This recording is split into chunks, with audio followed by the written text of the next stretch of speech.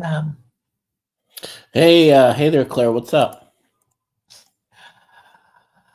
I'm well. How are you? I'm What's on your uh, mind? I'm a little disturbed, disturbed to say the least. Oh my god! What's Hey, happened? it's just been revealed that a suspect has been arrested and put in into and has been interrogated and is under investigation right now for having impersonated an Israeli army officer uh, on the Gaza border, on the perimeter, on the fence, in the outposts, having a had access to very sensitive information and having a pretended to be a commanding officer. And there was this talk of this person by the female outpost observers having been ordered to stay silent, and it all seems that it came from this one source, this one asshole that was impersonating an officer, and now he's been caught. The investigations, you know, you know, actually, how do you say? They actually revealed some good stuff, some good information. They actually that it bears fruit now that after 3 months of investigations, they actually caught an asshole that could be directly linked to the Israeli left wing establishment, to the protests, the judicial reform protests. He was one of the protesters and probably one of the organizers, also one of the top one. I wouldn't say a top figure, but like a middleman. It seems like there are direct links that this person had to the establishment, to the left wing, that is colluding with the Biden administration and with the Obama administration, and knowing that the money that they received from front groups from the Saudis, from the United Arab Emirates, and from the National Endowment of Democracy, a front group, a non-governmental organization that's actually a front group for the State Department. All of the investigations were done. So you just add up all the pieces and put the pieces of the puzzle together, and there are direct links going back to Biden, the CIA, Obama, the Department of State, and now we see that there's a smear campaign on trying to blame Bibi for the security failure that it was under his administration, under his watch, that this catastrophe happened, this massacre happened. And they're trying to capitalize on it in order to convince the Israeli public that Bibi's to blame and his administration and his cabinet is to blame. When in fact, it was one whole fucking scheme, a stratagem, a long thought out, long, well planned out operation that it seems that doesn't seem it's going to be rock solid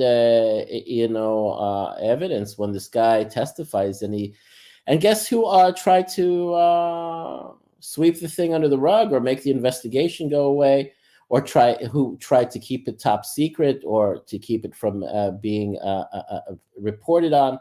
It's our fucking lesbo attorney general, a leftist pig of in her own right, on the level of the Supreme Court a piglet, pigess, that's been appointed by the Freemasons and by the Satanists of the West as well as their puppet to be a puppet leader of our government that supersedes our parliament. Uh, what's her name? Uh, I forget her name. The Attorney General, some cunt, Galia, something or other. Anyway, she's been caught red-handed, trying to cover up the investigation of this person that has been arrested and has Impersonating whom? Sorry. an officer, an IDF officer. Uh, Okay. Mhm. so he's connected to the leftists, to the anarchists, to the protest movement prior to the October 7th massacre. He's one of their activists, and this guy impersonated an IDF officer, and he was somehow inserted in there, and he was allowed to be inserted into that command over there, and he collected all the information, all the sensitive information, the codes to the safe rooms, the codes to the bunkers. He collected intelligence information along with the rest of the scumbags that were allowed to work in the outside of the Gaza area, in the factories in the Gaza, the towns and the kibbutzim surrounding the strip. They collected also intelligence on over months, and if not longer, on the weak points. And they took their time, and they coordinated the whole entire thing. Gali Baharav Miara, the attorney general, this cunt. Okay, she's trying to cover up the whole arrest of this person and the investigation, and she's threatening another MK, another Knesset minister that actually blew the whistle and actually leaked the information out that this guy had been arrested for impersonating an officer, and that he's very likely one of the key people that caused the failure and actually got soldiers killed and murdered and raped and butchered and beheaded, and the most atrocious and horrendous things they did. How did they have access to? How could they open the safe rooms, the codes from the outside? They were given the codes by this guy, this spy. Okay. So our attorney general is trying to cover it up because he has direct links to the left anarchist, atheist anarchist elites, the establishment here, the scum suckers, the sellouts, and she's one of them. This I keep on forgetting her stupid name. Her name is just like another name that you want to forget. And but all of this is going to blow up in the face of the left-wing establishment here in Israel right freaking now. All the moderates and all the that lean left, or all the center-left people, after they find out the level of treachery that the left establishment was willing to stoop down to, you can forget about the Supreme Court or this attorney general having much sway or influence in our government for too much longer, which means we're going to piss off the Freemasons, your satanic British Freemason cabal, and the American satanic Freemason cabal, which includes Obama and all the rest of the gang. Okay, these lunatics, these sick animals that are now that include the World Economic Forum, that are in league with the United Nations. All of these, self-appointed delusional lunatics that think that they're, on the level of gods. Okay, the power has gone to their heads, and now they've become madmen, like to the level of James Bond. It's like life imitating art, and art imitating life. They are on the level of insane James Bond villains right now, and it's because Ian Fleming, from the time that he started writing these James Bond action novels, he was inside the intelligence agencies, and he got a whiff of what they're like and what they're about. So he was inspired by what he was living with. And now these people are actually living up to the villainy of actual James Bond villains. That they're willing to do such things like this. And they got Israelis that are sick in. I don't know what they are. If they're not Jews, that's for sure. They're impersonators, but to be such traitors, to be so treacherous, to knowingly betray the Jewish people in Israel, and to get, I don't know if they understood the extent of the savagery and butchery that they were going to unleash on the people and on their on the soldiers in the bases, but to do what they did, and now they're getting caught red-handed, and they're trying to cover it up. And it's like a domino effect. One domino will drop the other, and then we'll get to the top of it. We'll get to the bottom of it. We'll get to all the ringleaders. All of them will be exposed. So who do you think did it, and for what purpose? Well, we know for a fact that the National Endowment for Democracy, which is a front group for the State Department, was partially funding the judicial reform protest, the protesters against the judicial reform. And on top of that, you had plenty of money coming from Qatar, from Saudi Arabia, and from the United Arab Emirates, funding the protests and the ringleaders of the protests. They don't want Jewish sovereignty. They don't want a religious, a Jewish demeanor to the country, or a sort of like essence. They want to keep this. If this country was under the grip of the British Freemasons for decades, they don't want to lose their grip. They want to keep this country a declining, a degenerate, deviant Western or a state, or a quasi-Western state that's under their thumb. And they want the makeup and the character of the country to be under their grip, under their control. They don't want the Jews. They hate religion. They love their satanic religion, and they love their parallel, like a bizarro religion to the Jews, but they don't want the Jews to gain too much power. They don't want the religious Jews. They despise the religion of Judaism, and they despise the religious Jews because they have their arrangement. They have their a sort of I'll scratch your back, you scratch my back. A sort of like a mutually beneficial relationship. It sounds like you're describing the Anglo-American Empire. Yeah, that's how it works. And so that's how they operate. But now it's so blatant, it's so conspicuous, that after, once we're 3 months into this war, all of a sudden the British and the Americans are saying, let's quiet down this a conflict in Gaza. But guess what? They just came out and said that we see our skirmishes and our abrasive sort of like back and forth conflict that's developing with the Houthis. They see that lasting for years now. This is the public statements coming out of the administration in the U.S. and in England.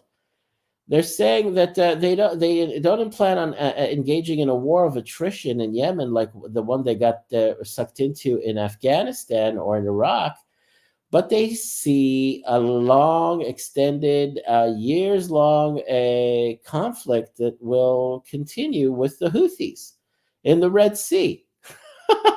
This is what I just heard today.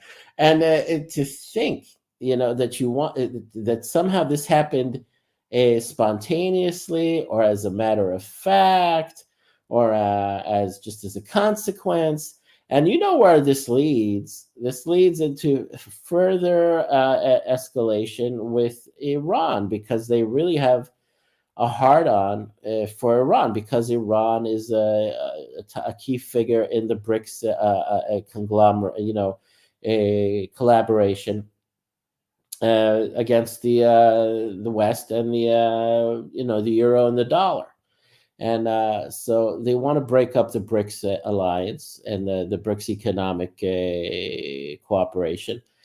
And this is their uh, means of getting their foot in the door, or creating enough of a narrative and creating enough of a diversion and confusion surrounding all the developments over the past several months. And people get confused, and they have a short-term memory, and they forget things, and they forget how one thing led to another.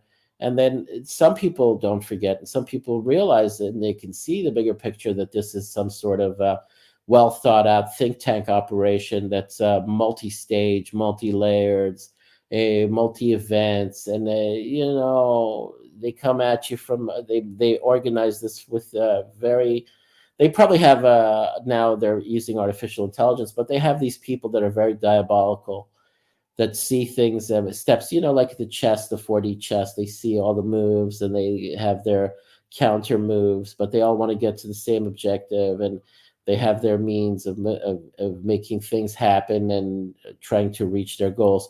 But they're fuck ups as well. They're not long-term thinkers. They're short-term, because that's how they've been operating with the currency, the dollar and the euro. They're going to blow it out.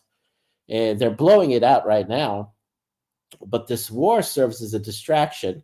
It also serves as a means of getting rid of their rivals and their opponents, in the economic opponents, like Iran and China. But China is also got its own issues, to the point where they need a war as much as the West needs a war. The banking system in China is on its is about teetering. They're covering up their big disaster with their economy and their banking system and their unemployment and their restless population. It's all a big clusterfuck. But the West, if you want to focus on the West, it's this war that's they want to seem as though they're reluctant. They played this game with the public, making us feel as though, the West is impotent, and they're war fatigued, and they don't have it in them.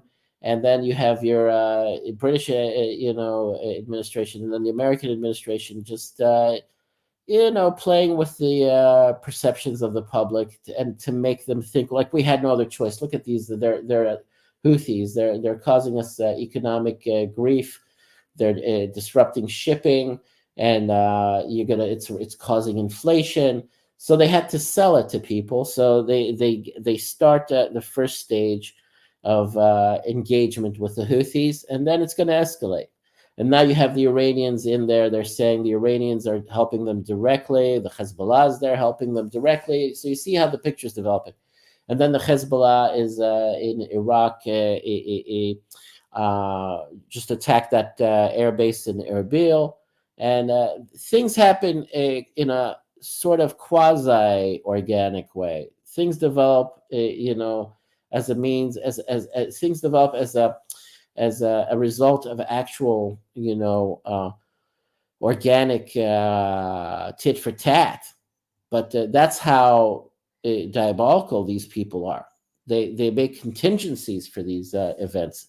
It's just like chess. If they do this, then we'll do this. If they take these kinds of steps, we'll take these kinds of steps. They're very devious, all right? But their ultimate goal is to time the really dramatic events with the bank failures and with the financial reset. Now, the whole thing is that people are getting wise to this, that they don't necessarily have to pull a false flag on themselves and blame the Russians or blame the Iranians or blame the Chinese. At this point, they are so reckless and so dangerous that the Chinese, the Russians, and the Iranians may feel compelled Not that I'm arguing in their favor as though they're the good guys. They're not. But in order to stop a reckless and desperate, cabal in the West, they may feel it necessary to actually do to conduct a major cyber attack on the West. And then you have a real cyber attack on the West, and then that also serves the interests of the cabal over there. They'll exploit that instead of actually risking getting caught with running a false flag and running a fake a cyber attack, and then people will get wise to it, because people are getting wise to a lot of things real quick now. It's what Atwell called the law of diminishing returns, because they play the same games, and then people all of a sudden from previous incidents where they know how to connect the dots, and they know like how. the boy who cried wolf once Yeah, told you. right, exactly. So this is what's happening now. So it is very fluid, but you realize that these people, the people that call themselves the elites, or the globalists, or the self-appointed overlords, they it's an indictment of what's happening in the World Economic Forum. They are insane. They are lunatics, and they are desperate. And this is what's written about when I talked to you in previously about what's written about the cabal in Daniel, that they'll come to their end and no one will help them. This is the end of them, because they're so brazen, they're so shameless, and they're so cocky, and they insult everyone's intelligence, assuming that they made everybody so dumb and impotent that nobody will realize what they're doing. I don't know how they're kind of stupid. They're kind of stupid to the level of they've grown too cocky, too self-confident, and it's their undoing. It really is their undoing right now. And so the Israelis have always been dupes, because they've been such suck-ups to the West, and suck-ups to the Americans especially. But now that they honestly all are, a lot of our honest intellectuals here are saying that the West, Europe and America especially, they're just like Trump said it, and a lot of our intellectuals are saying the West is dying, America is dying, Europe is dying. They've lost the will to be European, and the Americans have lost the will to be Americans. They just want to be sacks of shit, a lot of them, and just play along with the mind control and the conditioning, and whoever still clings on to the SJW bullshit or the LGBTQPB bullshit. It's passe. Once you've had these kinds of really overwhelming events that we're witnessing now, it kind of like it kind of negates, or it's kind of like puts aside all the social, the culture war and the social divides. People want to survive what's coming. If they have any sense, they'll totally ignore the whole entire debate about LGBTQ, and the SJW shit, and the progressives. It's like nobody has any. Nobody wants to even address this anymore. It's becoming old hat and passe. We're not concerned about the homos. We're not. They're not on our mind. What's on our mind is survival, and fighting to the end, and actually reaching our objectives, returning our hostages. Reinstating our security, and our deterrence. And we're in a cauldron of risk and threat, and nobody has any patience right now to deal with the decadence of the homos and the freaks. And that's the benefit of the situation that we're finding ourselves in Israel. And now that all this is being revealed, that there were legitimate spies and traitors from our left wing establishment that colluded with the Obama or Biden administration, the CIA, and that we're getting funding from the State Department, And now we see Blinken also working against a Bibi, going and trying to a kind of scheme an overthrow of Bibi, and they're funding these smear campaigns in on social media, on YouTube, on Facebook, every opening a kind of like a commercial or a advertisement is all an attempt to blame Bibi and his government for October 7th, the massacre, and the security failure. And you know where that's coming from. That's So coming what is the purpose of that? What would be the purpose of destabilizing the government of Israel? No, they don't. They don't want to lose their grip. They are the self-appointed. It's not just by a willingness or an agreement to have us be a satellite of theirs, or and they're the patrons and we're the the clients. They want to have that be galvanized. They don't want us to try to attempt to break free of their grip. So that's why they forced themselves back on us with the Supreme Court, totally, overthrowing the judicial reform bills that were passed. And that we did. It's not like we didn't take notice. We took notice. And now that we've caught this spy, right, and that he's spilling the beans, he's being interrogated, and for impersonating an officer, and he comes from the left-wing camp of anarchists and quislings and collaborators. It's all going to blow up in their face right now. It's blowing up in the face of the World Economic Forum. It's blowing up in the face of the British establishment. It's blowing up in the face of Biden. It's and there's a lot of stuff that's just like ridiculous, like the disease X. You heard of this disease X? They're trying to pull another fast one on us in the World Economic Forum, and in America Sorry, they're what talking the disease what? Sorry? disease What X. was this?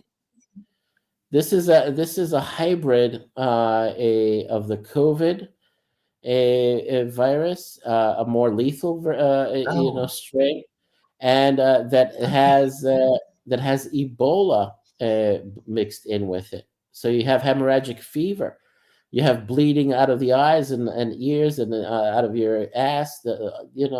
This is what they're talking up right now at the World Economic Forum. There's going to be a mystery disease that's going to be unleashed on the world very soon, just like there's going to be well, how did he put it? A major cyber attack that will make COVID seem like a walk in the park, But so now they got COVID, they got the cyber attack, they got the economic, collapse, they got war, they got people are calling it, the trifecta of crisis, the multi-crisis a sort of forecast that they had from previous Davos get-togethers, at the World Economic Forum. It's like these people are shameless. And luckily now they invited people from the, the Argentinian president, Milei, and that one guy from the Heritage Foundation. And all this is on record now. It's all being put on camera. It's all being recorded on video for posterity. That during this get-together, they had people that they invited to their get-together point the finger back at them and tell them to their face that they're the problem, and that everything that they think that they can pull on the public is going to backfire on them now, because they're so reckless and shameless, and it's like they think they're all powerful, and because they have so much money and billions and control in corporations, but they have these meetings, and they actually make them public, and they actually make them accessible to the public. And it's just like we're listening to Yuval Noah Harari, we're listening to Klaus Schwab, we're listening to all these other douchebags, the multi-billionaires and the corporate heads and government officials, and we're sitting there looking at them. It's just like you're giving us your entire playbook, your entire strategy. You're just, it's a word salad. It's just a word play. It's a game that you think we can't decipher, and we can't. Which is like you're telling us everything you're going to do, and you expect us to go along with it. So they get a lot of pushback. There was one guy that it was being interviewed, this douchebag banker. It was a Jew on Deutsche Welle. I was telling Vaughn and John about this. I heard, and this guy went on talking about confiscating frozen Russian assets in the amount of $300 to $350 billion, which is about to happen now in the month of February. And he said it won't impact the dollar, it won't impact the euro, people won't get spooked by it, countries won't get spooked by it. This is all like Jedi mind trick bullshit. It's the exact opposite. The minute they do that, they put the world reserve currency status of the dollar more at risk, as well as the euro. All right, because a lot of the assets are frozen in European banks, and it's going to be confiscated and given to the Ukrainians to fund the war. And the guy said, "Well, it's like Trump insurance.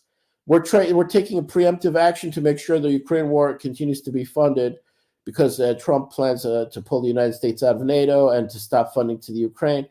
So they're acting out of desperation. And this was something that I heard Jim Willis say months ago, and he said that's what they're going to do. They're going to confiscate the frozen Russian assets and try to give it to the Ukrainians. And then it's going to spook the whole entire world, not just the BRICS, but all countries, that have friction with the United States are going to think twice about keeping their money in Western banks and in the dollar or in the euro. So it could be a catalyst for bank runs on on a sovereign level, and then it becomes on a personal sort of like individual level. And this is supposed to happen now in February, in the coming month of February. And Jim Willis said this. He said that will be a trigger event if they actually are stupid enough to do that. And so this Jew banker in Davos, being interviewed by Deutsche Welle, is going on, and it's like you're listening to sort of like I don't know how to describe it, but the tone and the delivery, it's just like this is like a mind controlled, like MK Ultra mind controlled puppet, that's hysterical, that's giggling. It's just like what's her name, like Kamala Harris, this kind of American douchebag fucko that's like giggling and making his case as though he's being witty or smart. He's not. He's not. It's just like it's obvious. It's just like transparent that these people are taking extremely risky. They're taking extreme risks and extremely risky moves, and it's everything is on a knife's edge right now, and people don't realize it. That in Israel, everything is changing here. The center left and the left that were genuine in their ideology, believing in the left, are now disillusioned when they realize that our upper echelon establishment that calls itself left actually colluded with the American deep state to pull October 7th on us. And it's all unraveling on them now. The Nova. What is the purpose of them doing that, though? It's the kickoff. They needed a major sort of a controversial war that would embroil the whole world. That would take put the focus of the whole world here, and create such upheaval that they knew that there would be a response from the Islamic world and from the Iranian proxies. And here we go. The Houthis, move their the Iranians move their rook, move their freaking proxy, and they started another point of conflict, another friction point in the Bab el Mandeb Straits. Now I've got it right. Got it straight. Another choke point. So they saw this coming steps in advance. They So wanted, basically, the neocons want to start World War III. That yeah, is a long yeah. short. So And they're using they the they couldn't Jews. they couldn't get it. They couldn't get it via the war in Ukraine. They wanted it. They were Why itching do they for it. want it? No, they wanted to use Russia as a scapegoat for the major cyber attack. When 2 years ago, the whole thing kicked off in Ukraine, in the American media, they were saying that the Russians have the capabilities of hacking our infrastructure, our electric grid, our financial institutions, our banking systems. This was on CBS, ABC, NBC, nightly news. They were droning on about it for days. And then you had your, a Zaporizhzhia nuclear power plant, charade. Oh, they're going to blow up the nuclear plant and they create a major, radiation incident, and that would draw in NATO, and that would escalate things with the Russians. And they didn't get it. They didn't get what they wanted. They knew that people would catch on. They smelled a rat. Everybody understood, and the Russians also headed them off with their own,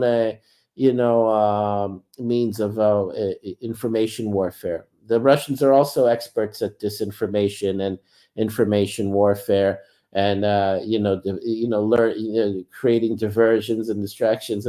That's what they mock you with RT. You watch RT, and sometimes they put on the stupidest clips because they're mocking the Western media. They're like pulling an anchorman, like like Will Ferrell, through RT when they put on these stupid clips. They're like fluff. It's a means of mocking the Western press, the Western media, is to say like you're a bunch of assholes, and we're on to the kind of games you play with people's minds, and where it's not beneath us to do the same thing, and just as a means of mocking. And so yeah, the fucking Russians, they're no angels. They're just as bad as the West, but at least after communism and that fucking horror show, they don't want any more of that. They want to get back to some sort of a semblance of normalcy, and the nuclear family and growth and wholesomeness, and they've had enough of the Satanism of communism and the Platonic, utopia that was promised through communism, which is all a farce. And now the American, Europe and America are being force fed and being dragged into this hellscape of the communist manifesto and communist utopia, and it's all a horrific fraud, and they're going into a state of total decline, and they can't snap out of it because they're so seduced into the mind control and sickness of it all. Just like the Russians were seduced after Bolshevism, and and what happened during the rise of the Soviet Union. It's like it was total social engineering and total sickness on the same level as what we have here today. And Putin knows this. He's a student of Russian history, of the Soviet Union. He knows that this what's Europe and America is being exposed to now, or not exposed, but they're being manipulated into, what they're being maneuvered into, what they're being trapped into, is what the Soviet Union went through in its early in its heyday, and in its beginnings. And so it's not too difficult to if you just an avid student of history, but he's an expert of history, because that's his country, and he was he actually resented the KGB when he was in the KGB, according to his biography.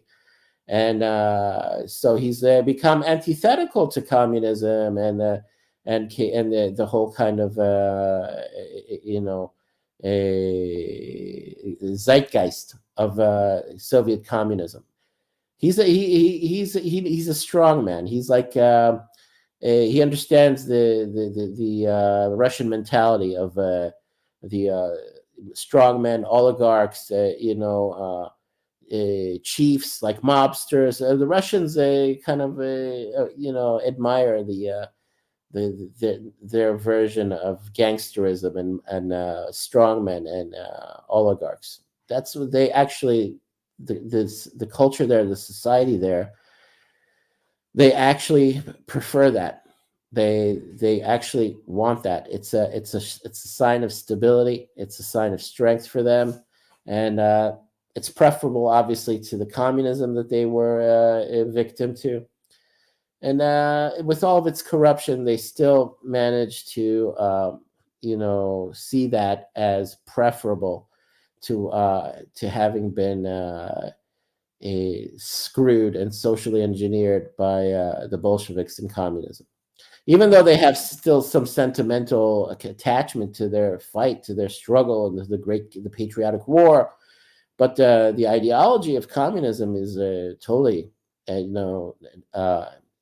for the most part, for the majority of them now, anathema. They don't want to have anything to do with that, and good for them. But the thing is, what's happening now with Israel and us being manipulated and us being used as a trigger, it's obvious now. Because I told Joe, just look at where this it devolves. Look at where this eventually, what it develops into, and it's undeniable at this point. You don't have to be a genius of geopolitics or realpolitik. You just see that it's expanding. And in the media, in the Western media, well, we don't want this to get out of hand and turn into a regional war. And it's always, double talk. It's when they deny something, it's exactly what they intend to do. So you can see that the behind the scenes, they're the ones stoking the conflict now between Pakistan and Iran and Balochistan. The What ISI. does Joe think? What does Joe Atwill think? From what I heard from him, he's becoming very bitter about this leading to a potential nuclear war, and it's like I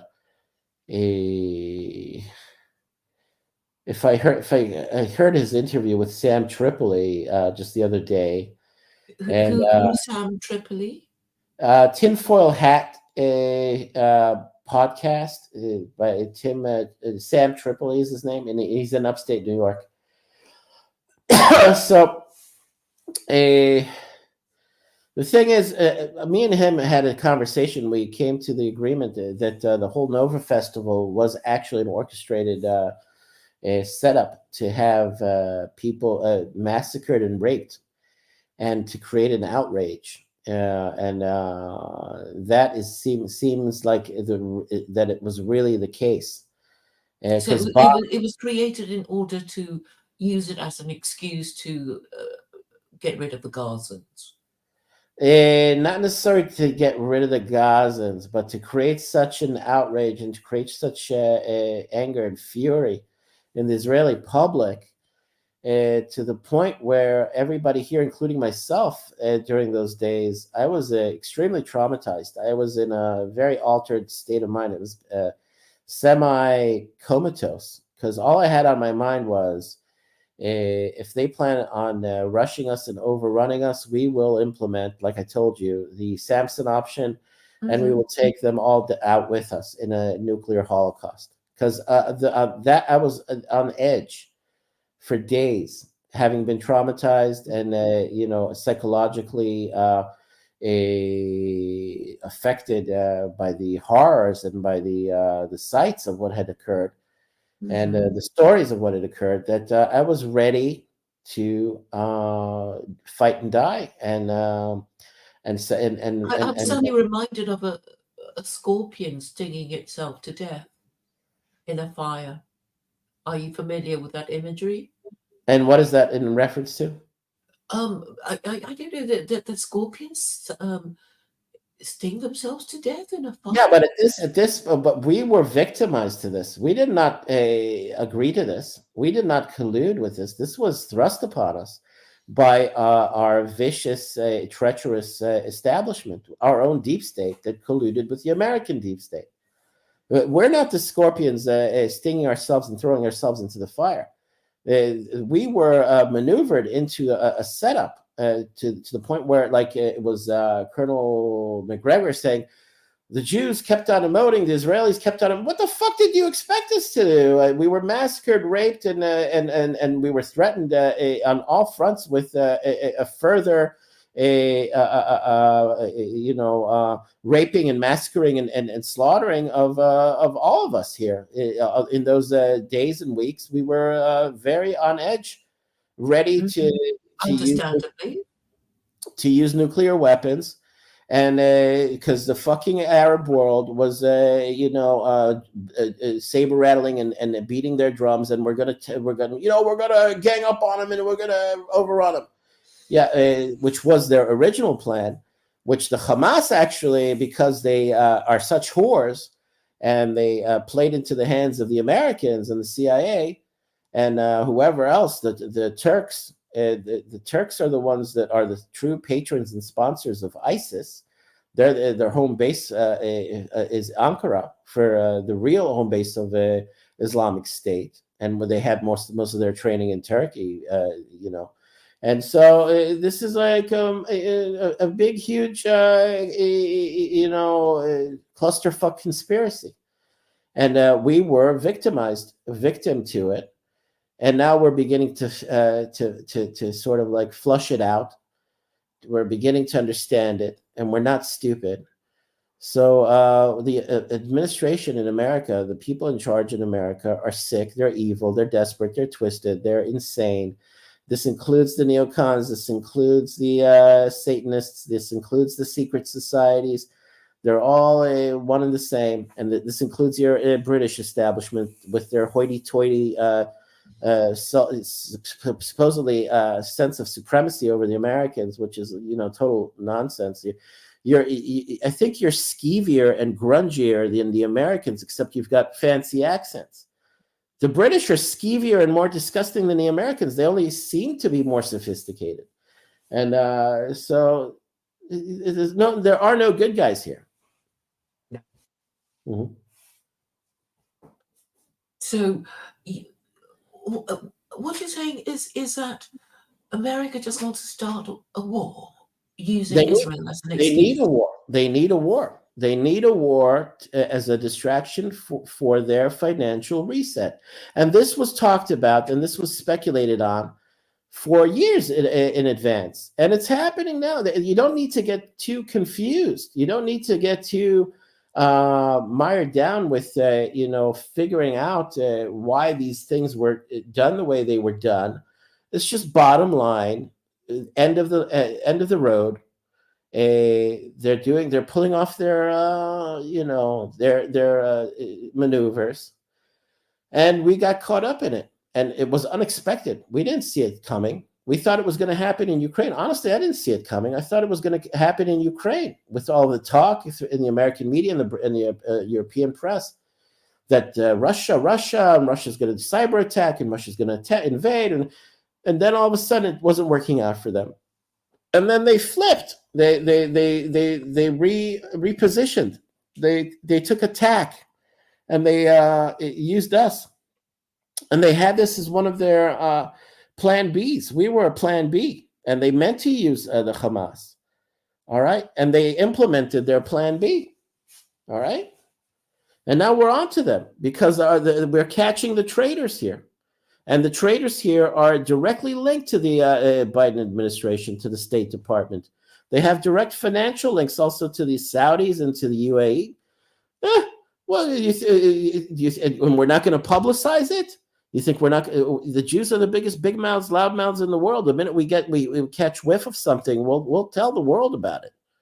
This is not going to stay secret. This is not going to stay silent. Whatever you want to talk about, it's an excuse to get rid of Gaza and the Palestinians, and it's the bloodlust and of the Jews to get rid of their enemies and the Amalekites after all the slaughter and the massacre and the rape. I'll tell you, yeah, fuck yeah, hell yeah, we want to get rid of them. Take them off of our hands. We don't want them. We're not going to live with them. We're definitely not going to absorb them. Not after what's happened, and there's definitely not going to be a Palestinian state or two-state solution ever. And so the consensus of the majority here that's we're not going to agree to that. And no matter how much the fucking Americans want to sell us out in order to prolong their precious petrodollar agreement with the fucking ragheads in Saudi Arabia, fuck all of them. What's going to end up happening is that they're going to keep on pushing us, and this is what's going to cause their downfall. Everything is going to collapse in on Europe and on America because they want to sell us out for a little bit more life to their precious reserve currency, their petrodollar. This is where God's involved. This is where this is biblical. This is where this is prophetic. This is where it comes down to, no, you did nothing for us. You never fought any war for us. You did it all for your own benefits. You did it all for your own fucking profit and for your own supremacy and dominance and economic control. And all the bullshit games, okay, the American public, whatever, sentiments with Christianity, okay, great, it's appreciated. But you have a demonic, satanic, Freemasonic, deep state, what do you want to call it? Totalitarian lunatics in control of you, lying to you through their teeth, making you assume that you're living in the greatest country in the world or whatever. And now it's obviously all falling apart for you. If you want to do something good for yourselves, pray for the collapse of the dollar as soon as possible. The fucking Iranians are also like wringing their hands. Or the Russians. Once the dollar is gone and the Americans are powerless, and then we'll be able to rule the world. Fuck you. You won't rule shit. It's not your turn. It's never going to be your turn. After the Americans, that's it. It's the messianic revelation. That's what we're upon. So I'm not nervous. I'm not worried. I'm just like sort of stir crazy. It's like I can't wait. It needs to happen already. Mm-hmm. Because the Americans are two-faced. The Europeans have always been two-faced. The British are, multi-faced. and it's all coming out to whatever the games they play, they even delude themselves, as far as the Western media that's pro-Israel or, using Israel right now as they're the mascots and they're cheering us on and we're like the attack dog or whatever. It's all disingenuous because it hides economic interests and economic intrigues that they're not revealing. But everyone that has a little bit of a brain and digs a little deeper into the story realizes what it's all about. And it's all going to fall apart because it just seems like it's inevitable at this point. They're acting out of desperation. These are their last death throes. And they think they're going to come out of it okay and unscathed. When they've revealed their hand, they've exposed themselves to the whole of the whole world. And whoever's behind them, even the powers that they're pulling the strings of this a front group that's visible, it's their time is up as well, because this is not just about the will of the public, the will of the masses, the proletariat or whatever, the populist movements. This is the hand of God, and people sense the hand of God. People that my rabbi, when I said that the Gentiles don't know God, he somehow, for some reason, I think he understood or heard what I said. He said every living entity, every living being, every organic life form on this planet knows there's a God. Okay. The things that come out of people's mouths because they're bitter or because they're confused is their problem. But all living things sense that there's a creator. All right. So soon they'll know. It's not just that they'll sense. It's not just that you have this low level sort of comprehension where you don't really know, you just feel it. Soon you'll know. People will know, and then the world will be put in its place. That's what we're upon right now. And the humbling is the global financial collapse of currencies, which includes China. And if it includes China, it includes the whole of the Orient. It includes all of Asia. If it's China that goes down, they take down all of Asia with it.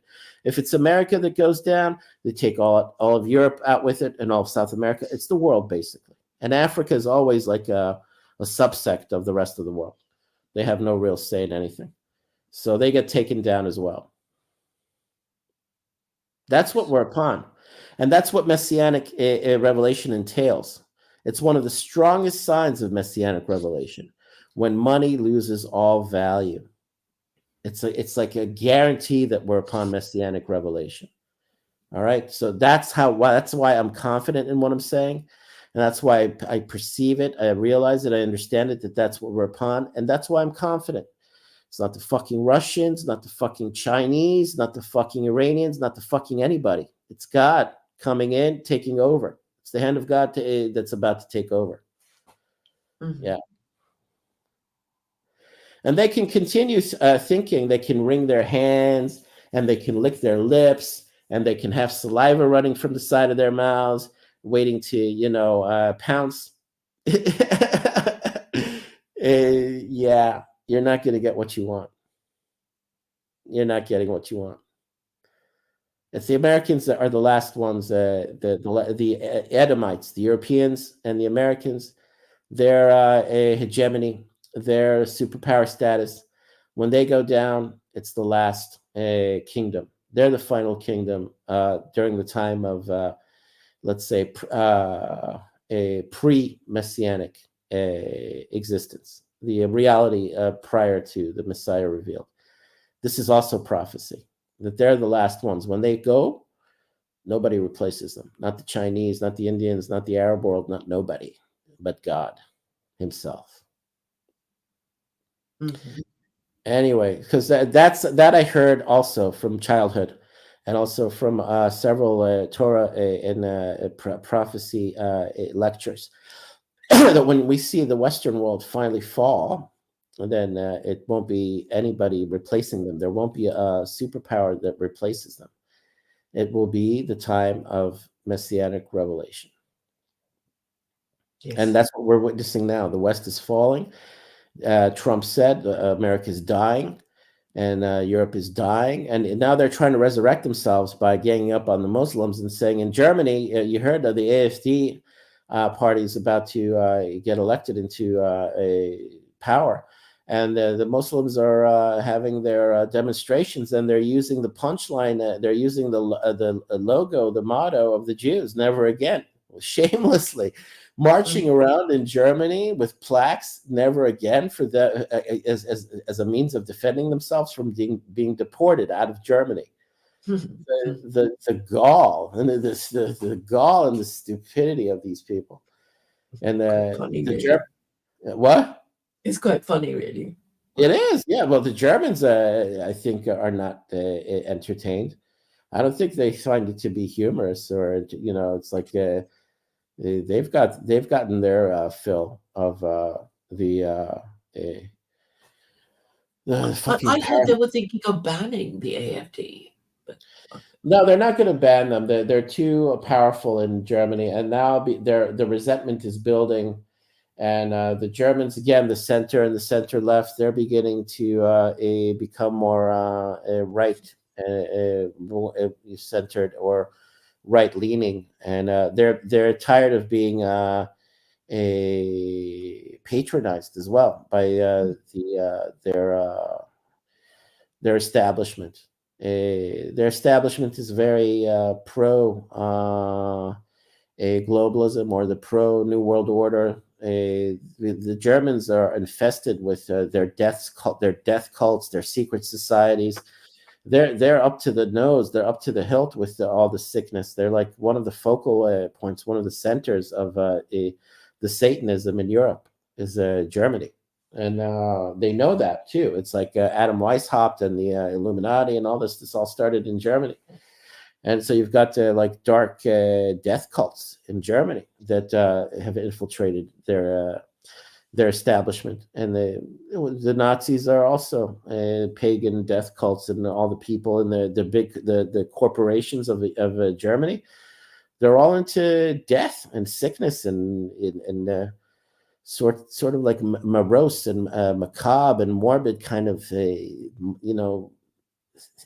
like godlessness, soullessness. And the Germans, I think, have a lot of them have picked up on it, and they don't want to have anything to do with it. And so the Muslims there are also just like the infiltrators in America. They're meant to be the replacement population. They're meant to be the more easier to control or easier to organize. Whatever these sick fucks assume that the third world illegals or infiltrators that they're forcing into Europe, into America, or they're dumping into Europe, into America, to create a more controllable population, or to create such maybe in their minds to create such friction and distraction that what is it? German society is building up into what they call the Querfront, the unity of the right and left, evaporation of the center in times of distress. Good for them. Hopefully it works out for them. I think they've been manipulated just as much as anybody else in the West, and they've been guilt tripped into suiciding themselves. I know this from having served in the U.S. Army in Germany for 3 years. My first girlfriend was a German from Berlin, from Potsdam. I know they've been guilt tripped into becoming sort of self-destructive, and they should stop that. They need to stop that. And so anyway, it's all backfiring, and it's going to be very catastrophic. People that have assimilated into Western culture that have come from other places, like myself, like yourself, we're in the minority. We're in the minority now. We're not the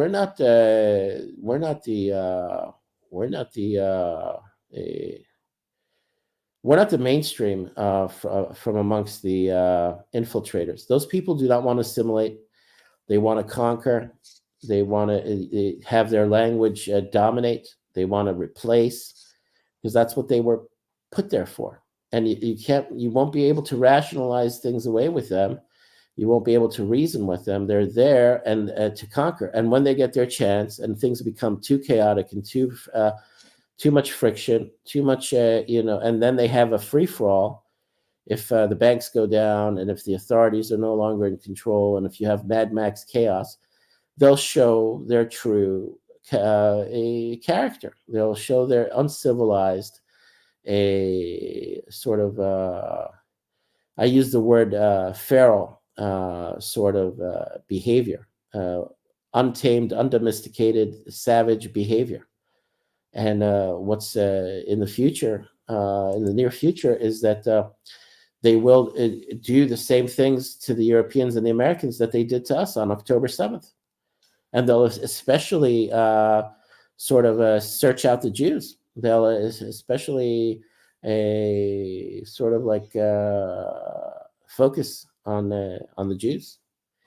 That's what will drive the Jews out. And it's also God's hand. It's part of the divine will that the Jews leave. And judgment is falling on them now. The working class left is reemerging and joining the far right under, she's half Persian, half German. Good for her. So, like, she's assimilated.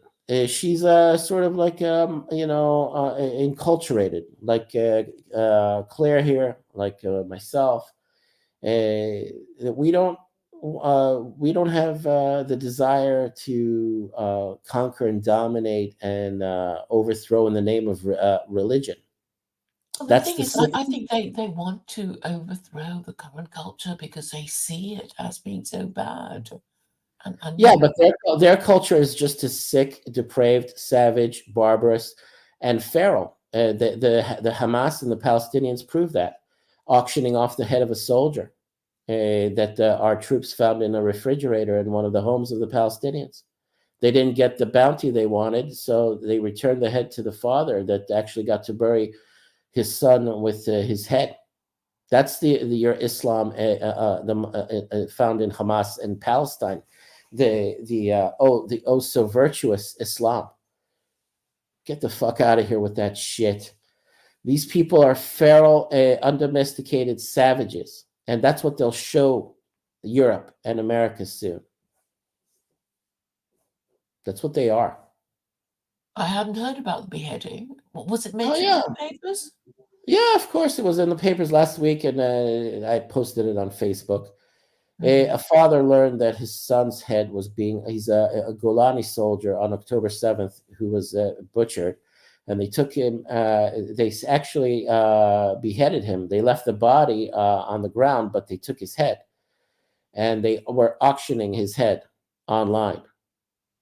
And our soldiers managed to find where his head was located in a refrigerator in one of these savages' homes, and they retrieved the head and they buried the poor guy with his head, and his father at least got to bury his son with his head. But they were making a mockery. They were making a whole sort of a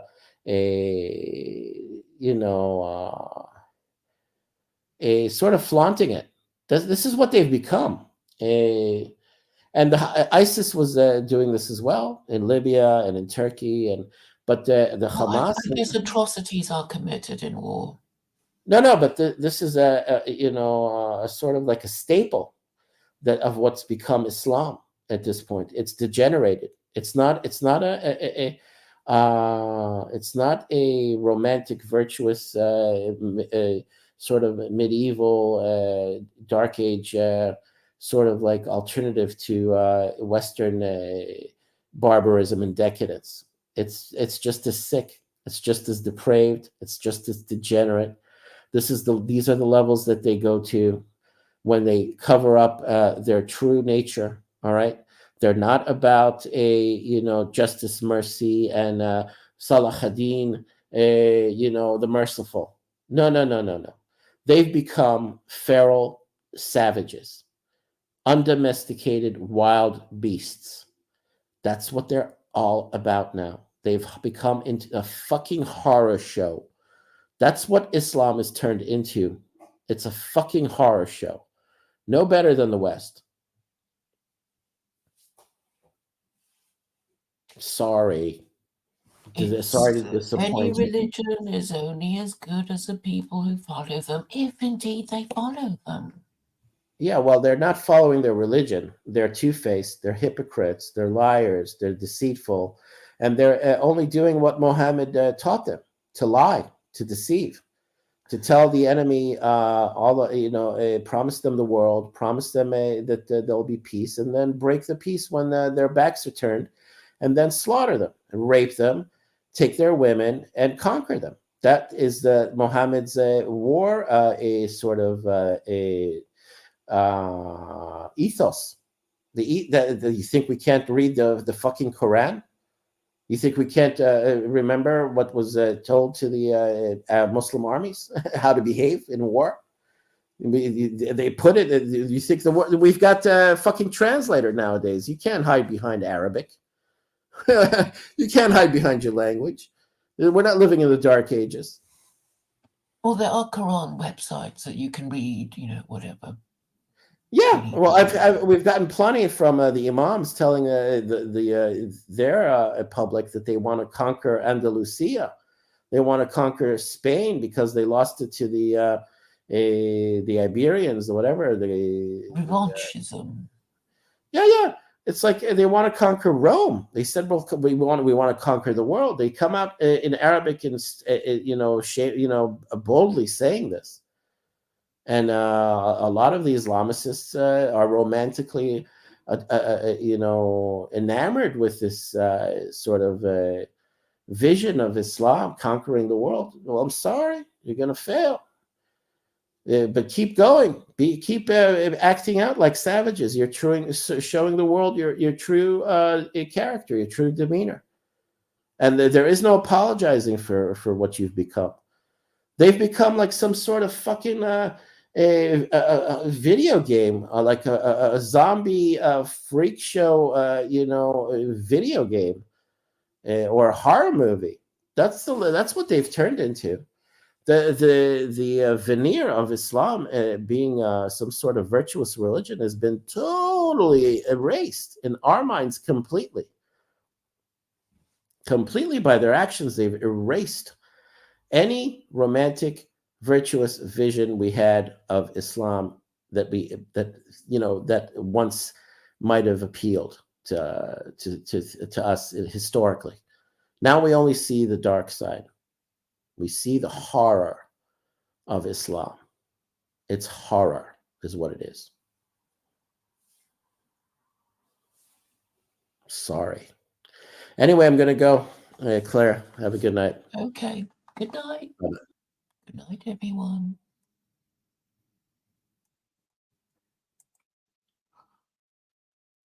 What does Paddy Irishman say? It's interesting that in Japan, the Prophet Muhammad is traditionally seen as a samurai. In Europe, he was likened to a knight of noble heritage, the quality of... Well, I think people conflate the two. There is the recipe book, and there is the cook. And if the cook doesn't follow the recipe, then the dish will be, well, not up to standard. But fortunately, if you have a recipe book, you can always follow it next time. But Christians, I'm afraid, don't even have a recipe book that works. And that is the real difference, people.